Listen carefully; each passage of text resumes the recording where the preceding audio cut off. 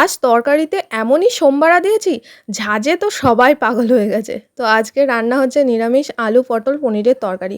তো এখানে সমস্ত কিছু গুছিয়ে নিয়েছি। আদা, জিরে বাটা, ধনিয়া, শুকনো লঙ্কা বাটা আর গরম মসলা। তো এদিকে আমি পটলগুলোকে কেটে না একটু লবণ দিয়ে মাখিয়ে রেখেছিলাম যাতে জলটা কেটে যায়। তো জলটা যখন কেটে গেছে তখন কড়াইয়ে তেল গরম করে নিয়ে সামান্য একটু হলুদ দিয়ে পটলগুলো ভেজে নিয়েছি।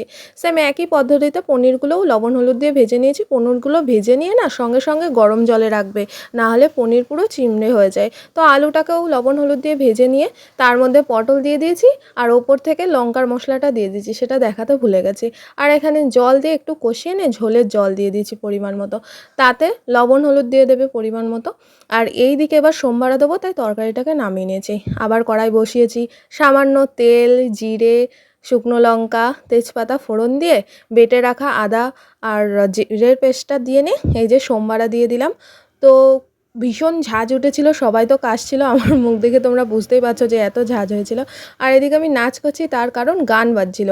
গানটাকে আমি দিতে পারছি না কারণ কপিরাইট মেরে দেবে।